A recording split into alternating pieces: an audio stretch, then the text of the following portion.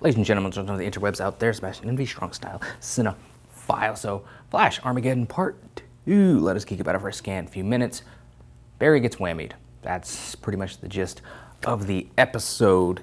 But there are some far-reaching implications, thoughts, questions with this, because in the episode, a couple things happened. One, Barry gets suspended pending an investigation. Apparently, when Sunshine was back doing her mole thing, there was reports of another mole. Turns out it was Barry, or there's suspicions and implications that it was Barry. So Barry gets his badge taken away by Captain Kramer, basically suspended. Why Kramer is a thing that they're still trying to do, I don't know, but here we are. So Barry's just upset about that. And it kind of goes back to Despero's words that something tragic is going to befall him, which, of course, immediately you get flashbacks back to the whole Savitar thing, and is somebody close to him gonna die? And that's what, sends him off the deep end, or what have you, which we can come back to later.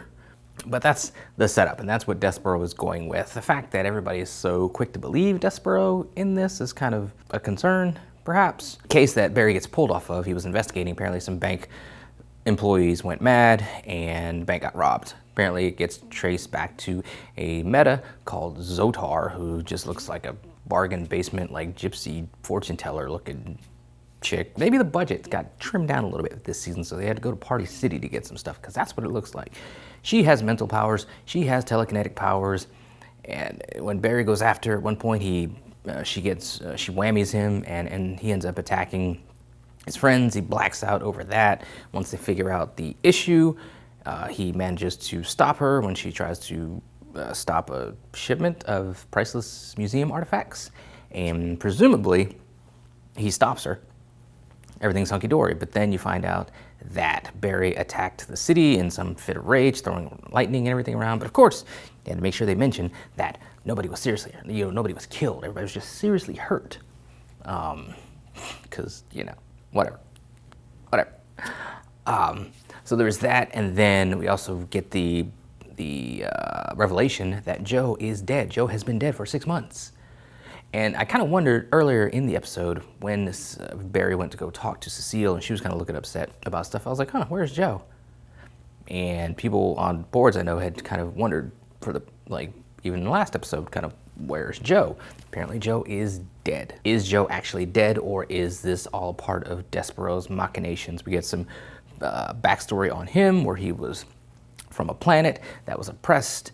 They rose up against the oppressor, but Despero showed the guy mercy, did not kill him. The guy came back and booted him off planet. So now he has adopted Earth as his own and seeks to protect it, and seeks to protect it from the Flash, who goes evil for reasons unknown.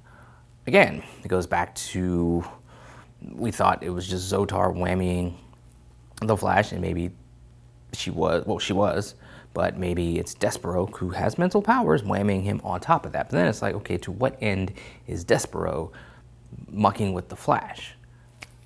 Remains to be seen how it all plays out. We saw this episode, and I mentioned in the He-Man Master of the Universe Revelation video, and talked about doing this video, is there may be some disappointment in this episode. And disappointment stems from the fact that we get Black Lightning in this episode, but he comes in at the very end. And he'll be a larger part of part 3, but he wasn't in part 2 at all, except for when Barry goes to the Hall of Justice for help, and then he shows up, kind of wondering what's going on. We saw Sentinel, which is such a stupid thing. Oh my God. That's just one reason I'm glad I just don't watch Supergirl outside of the crossover, so I was not assaulted visually with this whole Sentinel crap with Alex. But she shows up via Zoom a couple times to lend help to the plot and finding out, research on Despero. Whatever. Maybe she comes in larger in the remaining couple of parts. Who knows? It just, it was, as I was watching this, and I was like, it felt like a lot of padding. Like, Barry gets whammied, that's the central thing about this, but it felt like a lot of padding in this episode. We got a backstory on Chester, who apparently is a pacifist because he watched a Looney Tunes cartoon and wanted to make a gun like Marvin the Martian, and almost burnt like his friend's house down, which is stupid, but whatever. And of course, him being a pacifist goes against Frost, who, I guess the suggestion / kind of order on some levels from Frost to make a weapon to stop Despero. Chester doesn't want to make weapons. He just wants to make plot convenient tech that helps everybody and saves everybody without injury, without death, without maiming anybody. But Frost wants him to make something that'll kill Despero, and it kind of conflicts with his pacifist stance. After a conversation, a pep talk, because we love our pep talks, with Allegra, he kind of ends up making something that helps stop Despero, and Despero comes at him later on in the episode. But it's felt like a lot of padding, and I'm wondering, once we get to the end of this 5-episode thing, if it could have been handled in 3 and would have been fine. I'm anxious to kind of find out, okay, because like I said, I know Despero is going to be the true villain, but why is he doing what he's doing? What means is he doing what he's doing? Does he have some other metahuman under his employ who is whamming Barry, or is he, because he has mental powers, he's shown he can project himself, his consciousness, all that kind of mental stuff, all that plot convenient mental stuff, he can do it. Is it going to be him in the end that's messing with Barry? And then if he is, why is he messing with Barry? Because Despero is kind of like a